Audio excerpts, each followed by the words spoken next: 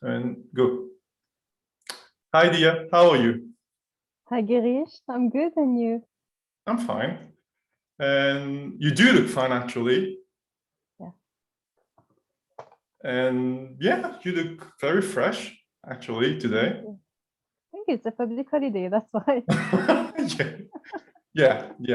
Very true, very true. It's public holiday, and everyone is happy during a public holiday, isn't it? Definitely. You know what? The reason for recording today was actually because I was thinking about something.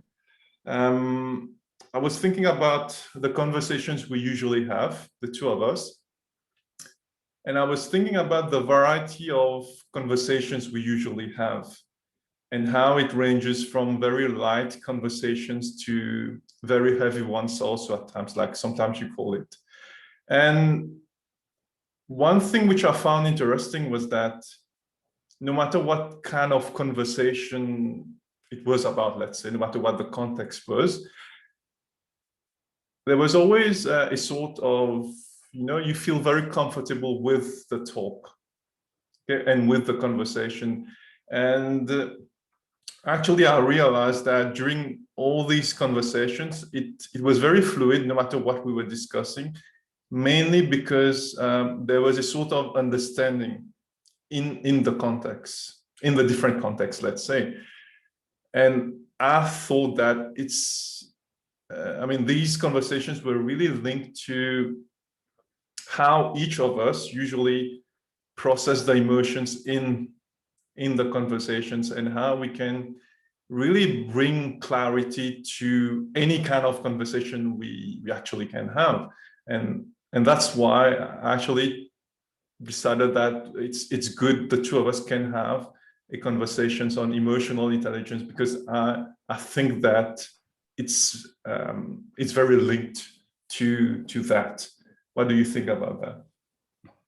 Yes, definitely. I do think that to have the level of conversations that we do, by that, I mean the full range of conversations that we have.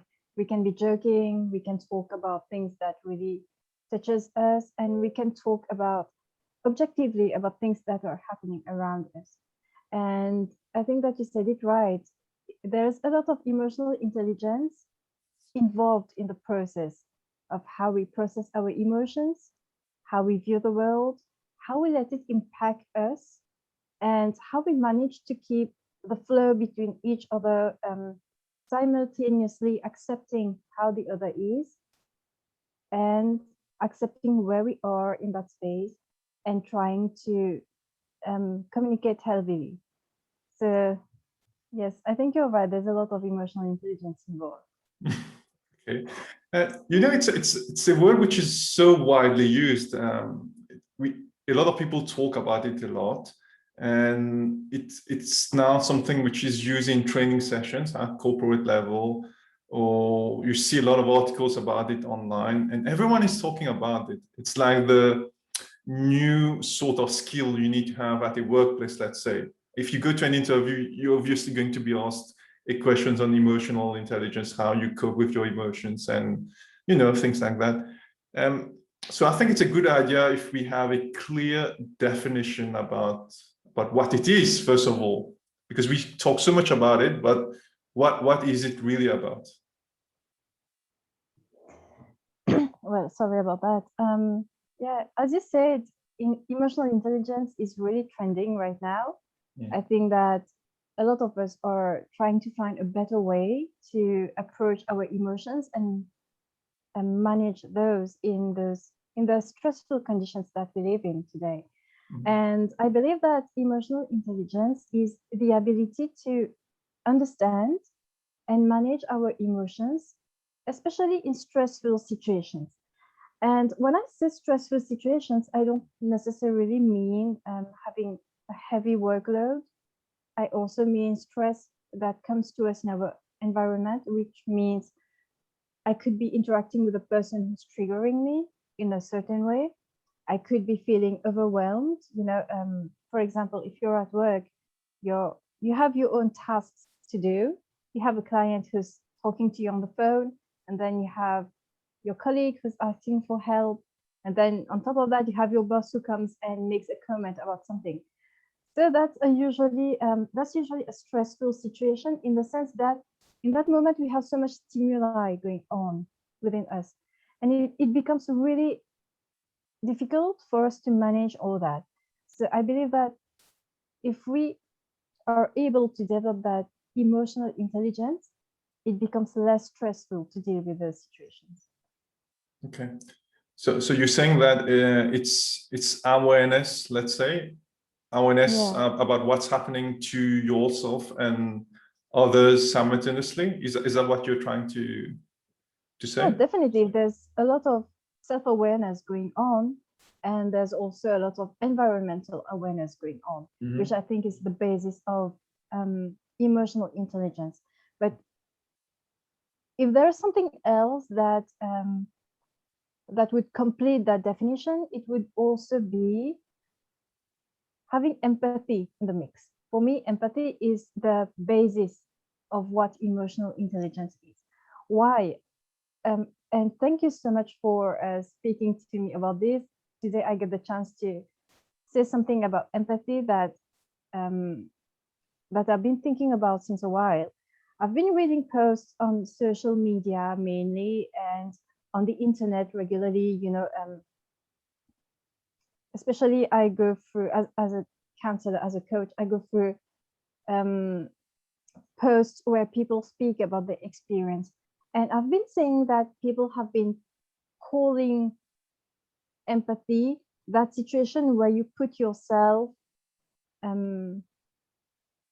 the mercy of others, where you allow yourself to be pushed and pulled in different directions. But here, in this special context, and I believe that in every context, empathy is the ability to understand what the other person is feeling, but to also hold space for that. And what I mean by holding space is only that, okay, I can understand that you're sad, I can understand that you're angry, I can understand that you're happy, but I also know and understand that you have to go through these emotions on your own, and it is not my job to change it. Me being here with you in that moment, I can only allow you to feel whatever you're feeling.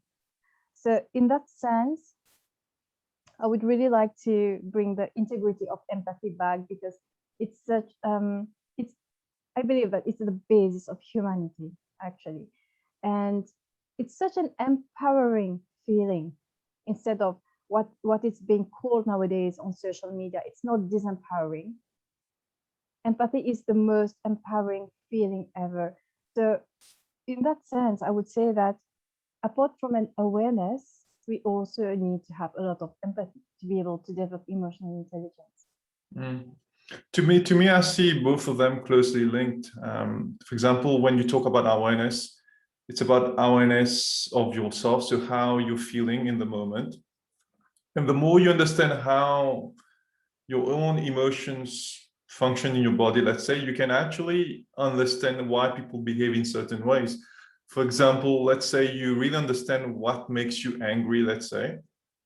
When you see other people's getting angry, you start to link that person to your own situation of being angry, like, maybe the person is angry because something similar happened. Instead of just seeing the anger as anger, you actually see yourself in the person a certain way. You say that, maybe the person is having a bad day, just like I had a bad day last time, so let me possibly just go and listen. Like you said, create that space where the person can express himself or herself.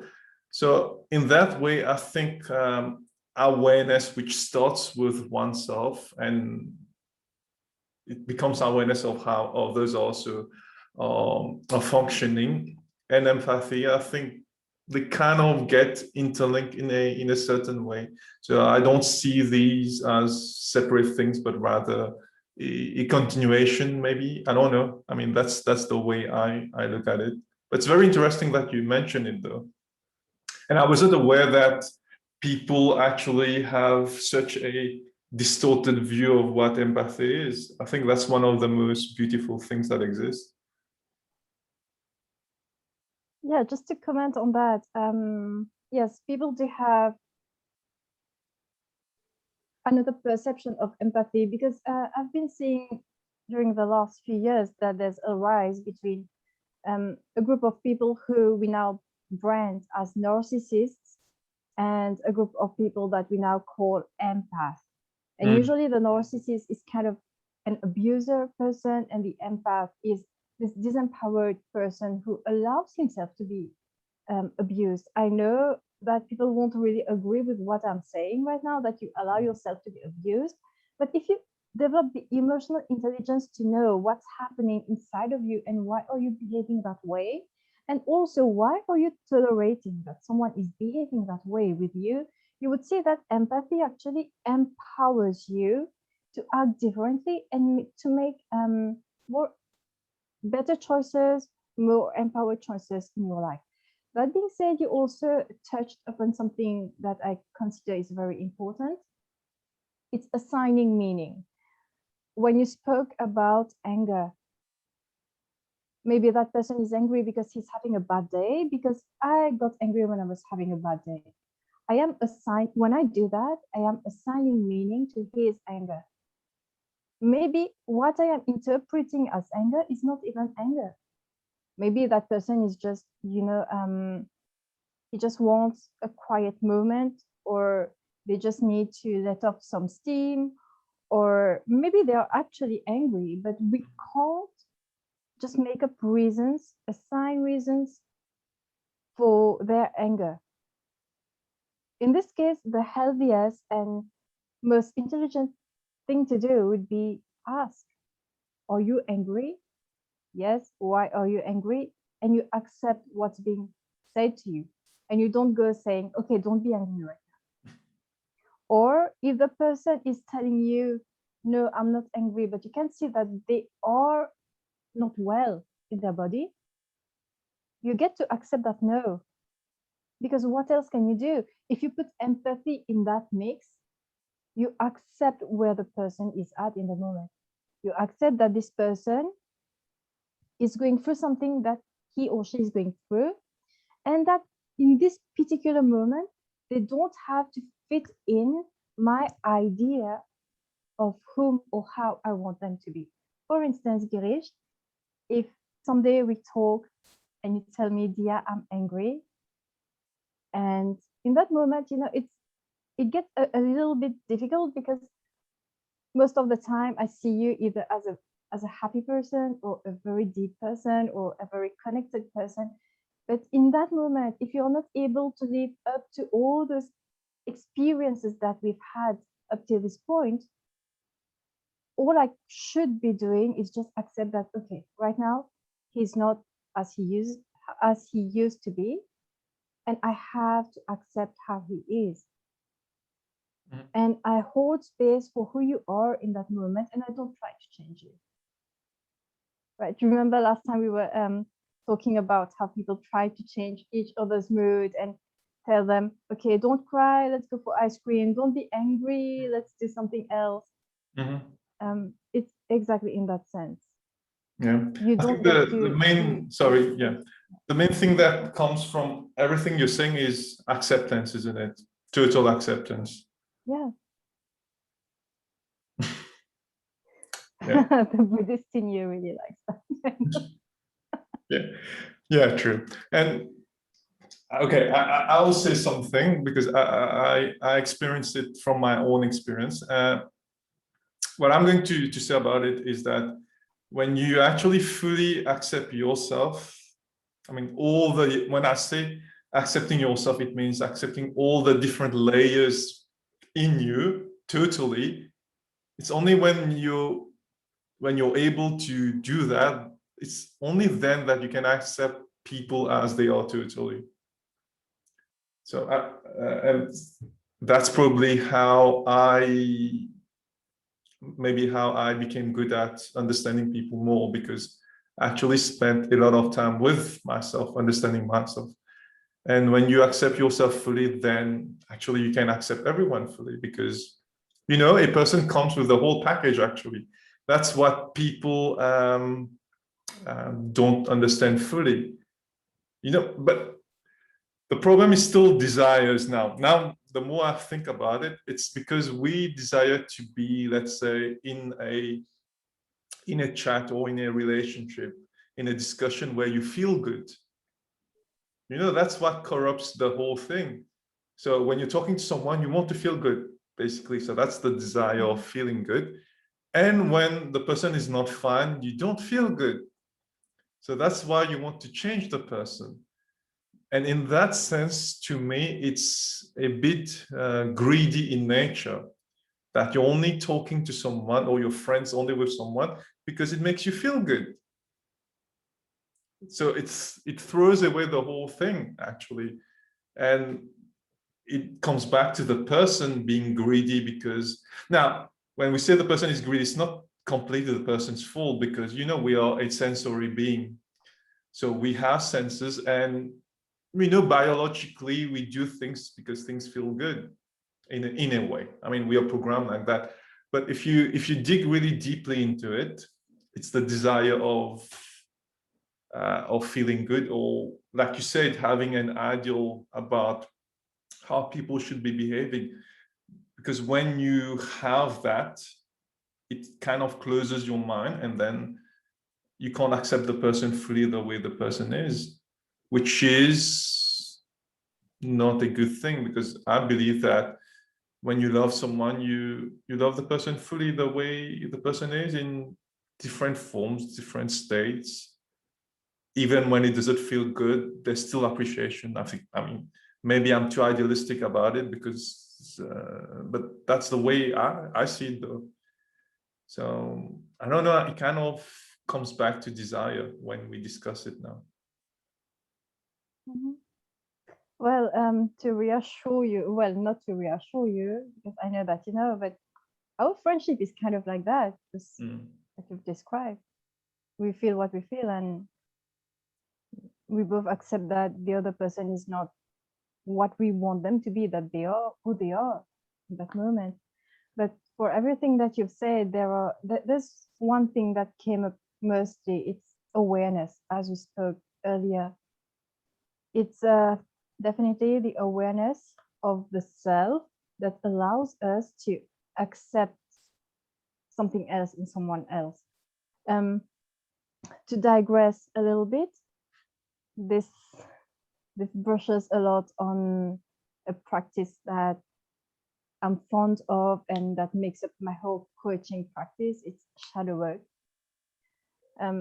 Because when we speak of awareness, we also have to be aware of what our shadows are. And for those who don't really know what shadow work is,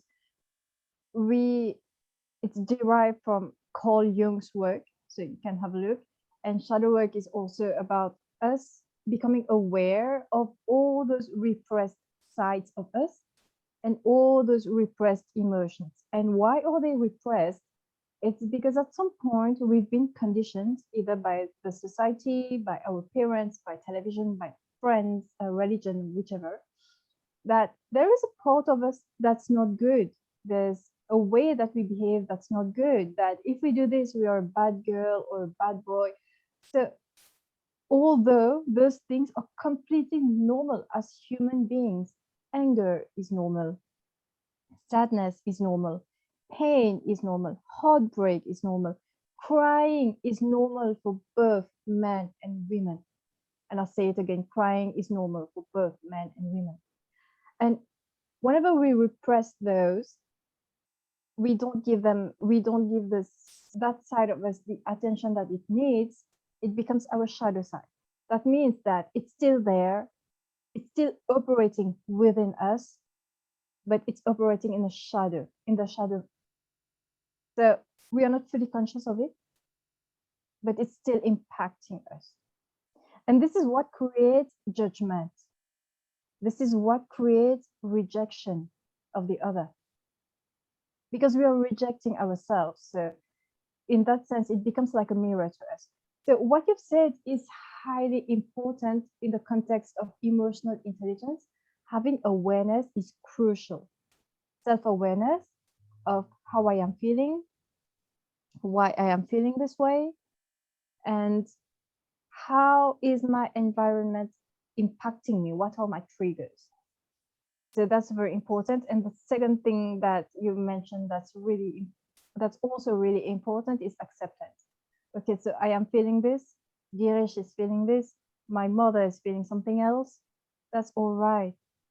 We are all different human beings and we are allowed to have different reactions. And sadly, for those who conditioned us to be in a certain way, sadly for them, there's no one size fits all for human beings. We all react differently. We all experience differently. We all feel differently. And there's no one who can come and negate our experience or our feelings and tell us, hey, whatever you're feeling is wrong. It is us in the moment. It is you in the moment. You get to experience it. And it's very important to be aware of what you're experiencing and to accept yourself for experiencing that. And I am saying it because last time I was talking to a client and she was telling me, yes, I do feel guilty, even though I know I shouldn't. And then I told her, why should you not feel guilty? And she said, well, she gave me an explanation. But in that moment, you are feeling guilty. You accept it. And it's from there that it's from accepting it that you can move on to something else. It's from accepting it that you can transmute it into something else or transform it into something else. You know, from guilt, okay, I am feeling guilty. Why I am feeling guilty? What's happened in my life for me to feel guilty? Okay, I accept that I am feeling this way. What can I do to step out of the guilt? So it's only by accepting what we are feeling or what the other person is feeling that we are able to move out of that uneasy situation. Totally. And I think that we are possibly conditioned not to talk about certain feelings, like you mentioned, or not to process certain feelings, like you talk about crying or you talk about anger. So if someone feels angry and you don't really accept it and try to question yourself or try to clarify why you're feeling like this, obviously you won't get to the root cause of it. And it doesn't get solved, and then that's how it stays a part of you. And you can see how it has created so many dysfunctional adults where they do things in aggressive ways without even realizing that they are acting in ways which are unhealthy towards themselves and towards others. Is because it's been repressed so much. I mean, you can see it in the body language, actually, how tense people behave. It's not fluid at all. It's very abrupt, not thought about, and yeah, it's very bad, actually, the more you repress such things. Yeah, that's true. When you spoke about aggression, something came to my mind. We always think of aggression as someone who's being very loud or who's having very threatening body movement. You know, they're just waving their arms or stomping their feet or pointing fingers and threatening. That's the image that we always have. But I would also like to point out that aggression can also be passive, and it's what we call passive aggression, passive aggressive. It's people making use of sarcasm to pass a message instead of clearly speaking out their mind. And it can be seen in ways that people bully other people or speaking in ways, you know, in indirect ways to pass a message because they know deep inside them that this message is unkind. It shows a lack of empathy, but they still choose to do it in this way because mostly they are not empowered enough to say things exactly how they are. And one of the things, one of the pillars of emotional intelligence, if I can say it like that, is also cultivating healthy communication. And when I say cultivating healthy communication, I mean communicating what you're feeling, what's your opinion, without imposing them on another person and without being dramatic about it. Because it can also, I can come to you and yell at you and tell you, I'm so angry right now. Or I could also come to you and tell you, Geerish, I am angry right now. I need a few hours to cool down. There's a healthy way to communicate or an unhealthy way. And if I choose to do it in a passive aggressive manner, I could just tell you, yeah, you consider there's something wrong with me? What's wrong with you? Yeah. So, I think you got the point. No, it's very interesting. One clear thing which came out from what you said is that when you're feeling something, usually you need to communicate about it. It's not about repressing it. But what we're trying to say here is that, or what you're trying to say is, the way you communicate it is important, because you don't want to communicate it in a way that is going to be unhealthy for the receiver, let's say. So if you're annoyed by something, you need to say you're annoyed about something, but the way you say it is important. And that's where the EQ comes into place. So if you are emotionally intelligent, you know that you are very annoyed right now. So you put yourself in a mental state, so you possibly calm yourself down first, and then you communicate how you're feeling in the most neutral way possible.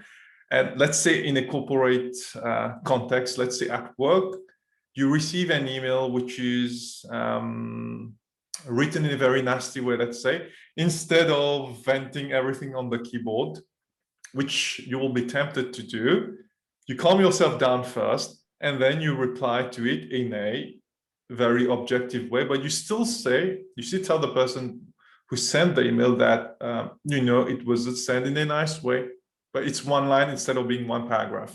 And then you still focus on what you have to do. So I think these are practical ways of actually developing emotional intelligence, isn't it? So why not, let's talk about that. How do we develop it? What are the things we can do? Practical things. Yeah, practical things would be, all right, just on top of my head, it's taking responsibility, self-responsibility. What I mean by that is I know that I am responsible for my own emotions and my own behaviors. I know that very often we are tempted to say, he made me feel that way. Victim mode. He made me feel that way. Yeah, this is victim mode, definitely. Because when you're doing that, you're allowing another person to have control over you, over your emotions. But when you take personal responsibility, you can just say, yeah, I am feeling that way right now. And I also take responsibility for me behaving in a certain manner. You don't go beat someone and you tell them, yeah, you made me beat you. I've beaten you. I have to take the responsibility for that. I don't know how to manage my emotions, so I take it out on another person. So personal responsibility is definitely a very important one. And then there is creating awareness of your feelings. So how do you do that? First and foremost, we should get in the habit of dropping into our body. And how do we do that? We get out of our minds. I know it seems very complicated when I say it. Simply, we take a few seconds, maybe 5 seconds, and we get out, we stop thinking, right? When I say we stop thinking, I don't mean that we interrupt the train of thought in our minds, because unless we are a Buddha, it's still, we always have thoughts in our mind. What I mean is that we disengage from it and we go in our body and we feel in our body what's the feeling that's there right now. Practically, you could just take 5 seconds and close your eyes and take a breath and ask yourself, what am I feeling right now? And the next step would be to name those feelings. I am feeling happy. I am feeling sad. I am feeling shame. I am feeling guilty. I am feeling angry. You name that feeling without punishing yourself or without telling yourself if it's good or if it's bad. Feelings are just feelings. They're here for a moment and then they'll go away. There's no need to punish or reprimand or scold yourself for whatever you're feeling. Your feelings are valid in whichever situation. You're allowed to feel the way that you're feeling. It's your own experience. And I think that if we do this as a daily practice, maybe once a day to start with, just to drop from our mind into our body and to start naming what's coming up for us, could be really empowering, because it would teach us to identify the feelings actually. And when we identify the feelings, that's how we are creating awareness within us. And it's the same awareness that we spoke about earlier that leads to emotional intelligence. And when we are doing that, we are also cultivating empathy, compassion for ourselves. And it is only when we've experienced it within us that we can allow someone else to experience it from us. That means that if I have compassion and empathy for myself, I can then have it for you. And that puts me in an empowered state, because another thing that's very important, when I am in that empowered state, I can have my boundaries, and within those boundaries, I can allow myself to feel vulnerable. And what I mean by vulnerable is just that I am in touch with what I'm feeling in the moment. And what I mean by boundaries, that I allow myself to feel what I am feeling, and in that moment, I don't give the permission to other people to change my feeling. So I know it's a lot of big words and extensive sentences that I am saying, but in the practical sense, it could just be like, hey, I am feeling guilty right now. I would like if you could just respect that I am feeling that way and not change it for me. I will change it on my own, at my own pace. And it is very important for us to know that even if we develop emotional intelligence, have a high emotional quotient, we are still human beings. We are still subject to those unpleasant emotions. I'm sorry to break it to everyone out there, but no matter how aware you are, you're still going to be subjected to those, because at the end of the day, we are human beings. And this is part of the human experience, whether we like it or not. So this is where it gets really important to develop the awareness and to accept what we're feeling.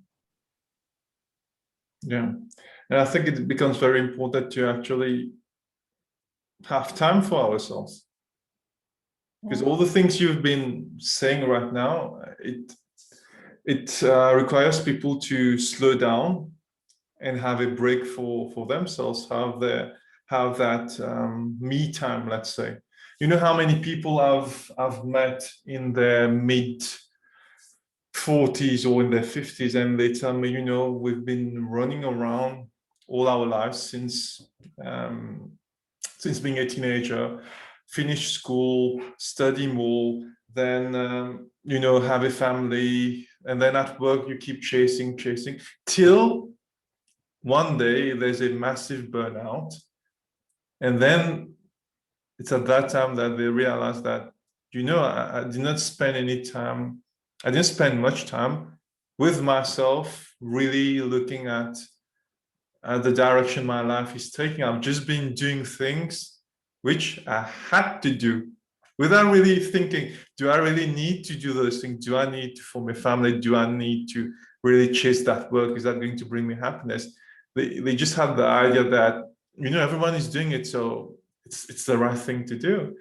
And if you think about it, if people start to have that sort of awareness, or that me time in their, I don't know, in their 17 or 18s, let's say, where they really have that time where they discover themselves and really go deep enough to know what they really want to do, actually their whole life will shape in a very different way. And there won't be a day where you actually feel like you've wasted time, even if you've actually acquired the things which you thought will bring you happiness, but actually they don't. So it's very important to have that reflection time you're talking about, because to me, most of the big changes which happen in my life happen with basically me sitting on my own and accepting myself. It's really as basic as that. And the more you accept yourself with all, when I say accepting yourself, it's the most silly thing about yourself also. Just be open about it. I mean, people who know me closely really know that I actually like things which people will get surprised about. I still read comic books, for example. I still listen to heavy metal, and when I go to work, no one would think I do those things, but I still do them. So it's going to that extent, and really accepting yourself fully. When you do that, and that's the catching point, actually. When you do that and you're really yourself, you end up actually attracting the right kind of people in your life.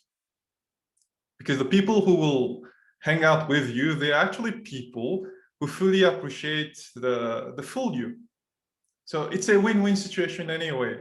Why would you try to change yourself or not accept certain parts of yourself? Because when you do that fully, you end up, with the kind of life and with the kind of people that truly appreciate you for who you are. So it's a win-win situation. I mean, there's nothing to be scared about it, actually, because I think it's the feeling of being scared. Oh, how will people actually look at me if I'm in that state? If I show myself to be vulnerable, how will people view me? But I may look like I talk a lot right now, but I'm actually one of the most vulnerable people that exists on earth. I'll give you an example. I mean, I was talking to you about that yesterday when I went for my vaccination. So I went there, and there was that form which tells you about your health, how it has been, and all that. And I told the doctor, so when I was born, I've spent like 15 years on medication for epilepsy. So I'm not sure whether I need to do it or no now. You tell me. I'm totally confused. And then they actually spent like 30 minutes with me contacting different people, like the Ministry of Health and different doctors. And then eventually I did it. But it was one of the most vulnerable moments. You won't see me being confident. I was just, as confused as anyone can be. And I'm fine with that.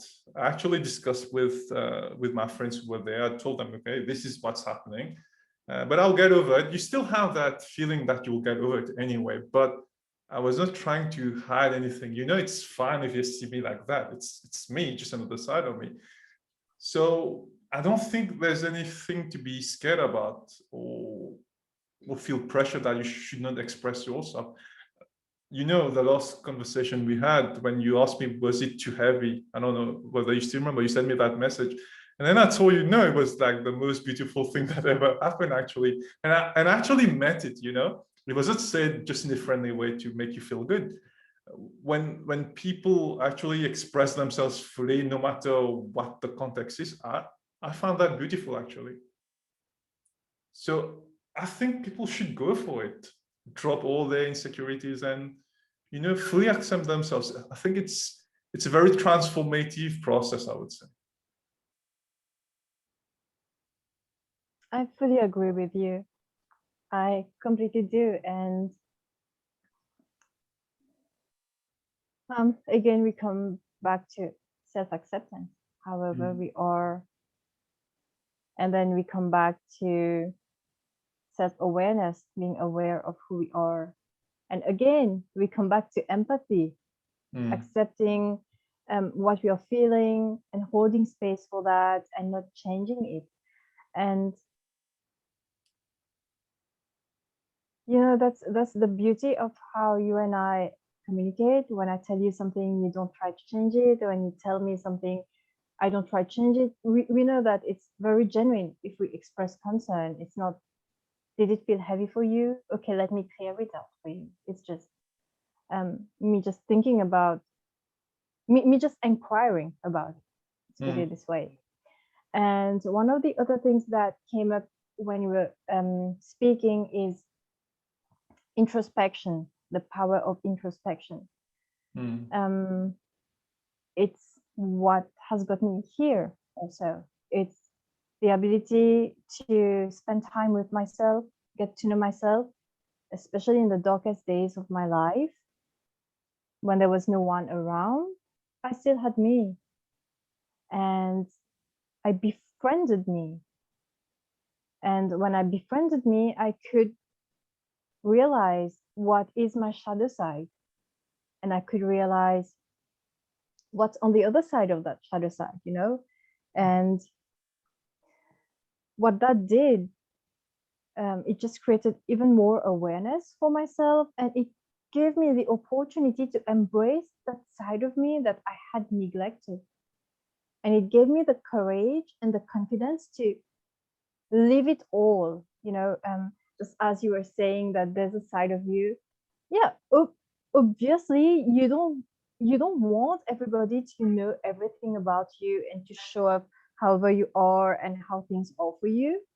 But as long as you're aware of that yourself and that you can share it with those close to you, like yesterday we were talking about vulnerability, and we said, you know, there are certain type of people that we can be vulnerable with and not just with everyone. This is exactly what I'm talking about. When you become aware of that, of your shadow self, of what's hindering you, what are your limits, what are your self-limiting beliefs, what are your self-imposed limits, you're actually able to break free from all of that, and you're actually able to break free from the insecurities that are holding you back. And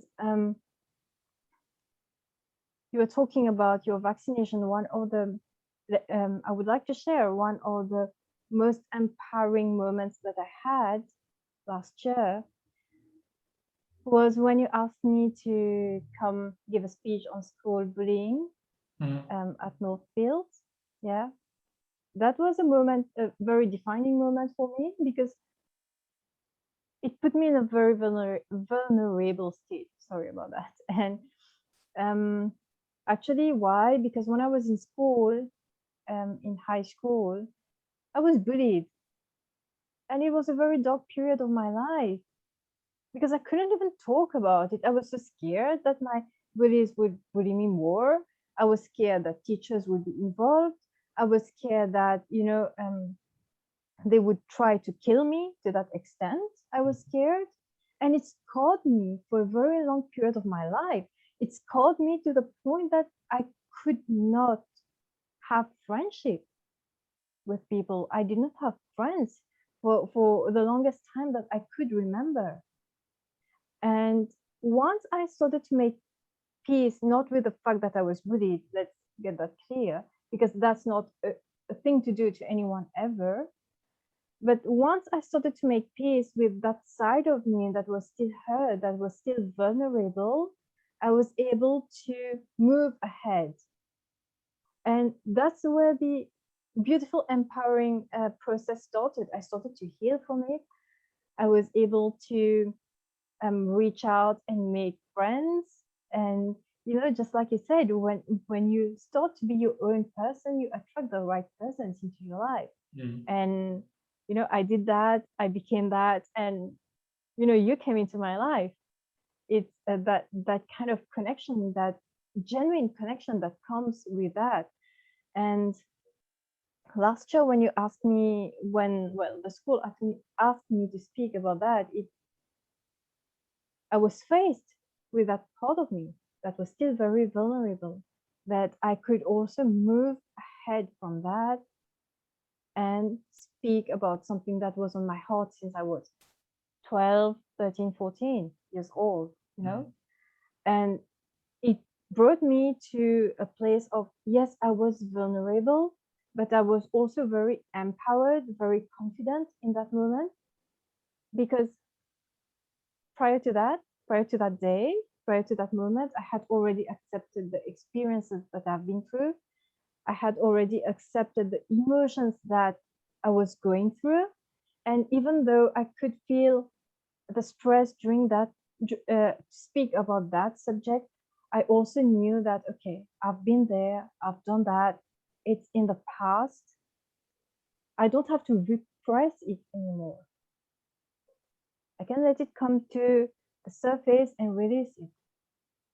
And I think that you touched upon it when you were speaking earlier. I think that's a very important thing that we have to bear in mind, that whatever we are feeling in the moment, whatever is happening to us, whatever we are experiencing, there comes a point in our lives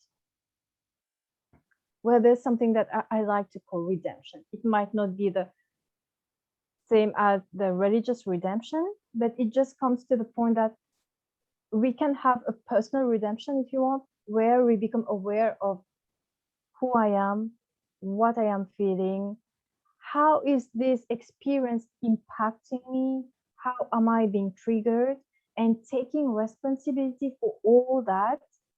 And it's when you take that responsibility that you're able to shift from victim to empowered self, from being disadvantaged to emotional intelligence. And that's also where you're able to shift from, that stressful, overwhelmed, and highly anxious situation into a calmer version of yourself. Yeah. Yeah. Yeah, very, very thorough explanation, I would say. And yeah, very intense. I would just say that when you really speak about something which you really understand and which is really genuine, it just brings another sort of energy and feeling to it. And maybe for people watching it, I think the general message is when you do something in a very genuine way, there's another sort of energy to it. And I think that's what brings happiness amongst everything we've discussed right now. It's not, I don't know how it's linked to emotional intelligence, but I think this is what actually brings genuine happiness, when you're doing something in a very genuine and wholehearted, and I don't know, it just feels so authentic when we discuss it. It's really amazing. Any last word you would like to say before we close today? Yeah. Just to touch upon what you've just said, how it relates to emotional intelligence, really, it's because when you're able to do things genuinely, you know that you're now living in integrity with who you are, with what you're feeling, and you're in that empowered space that you don't allow people to push and pull you and tell you how to be, how to behave, how to feel, because you're aware of yourself and you're taking responsibility for your experience, and you're able to fully accept yourself and give yourself that empathy and compassion that we need in that moment. So when you're able to do all that, and I know that it sounds like tremendous work to people, I am guilty of using those really big words like integrity and all that. But in reality, what it means is just that you're being real, you're being the person that you are, you're not allowing anyone to change you, and you're accepting yourself for who you are in that moment. Mm. And yeah, you're right. This is what brings happiness, joy, etc., peace. Because you know that, okay, I'm going to say something that you're going to like. Okay. Because even if I am going through all of this, I know that it is impermanent. It is temporary. Mm. Yeah. Actually, one of the fundamental laws. Yeah. Yeah. Very true. Very true. Thanks for the discussion, Deeya. It was amazing as it usually is.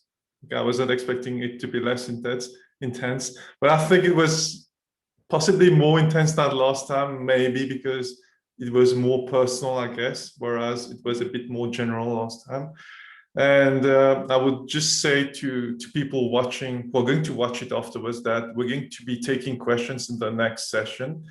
We've already received quite a lot of questions, but if they want to send more, they can just send a message to either you or me, and we will be answering the questions in the next session. Am I right? Yeah, sure. If you want to send me a message, it's just go on my Facebook page. It's called Season Personal Development Coaching, and just send me whatever questions that you have. Else, I believe that you all have Geerish's Facebook and page and all that, so you can just send him as well. Yeah, and we are really amazing. looking forward to answer your questions, right? Yeah, really looking forward to that. Thanks again, Deeya, for coming. I'm going Thanks, to see Geerish. It was you very amazing. soon.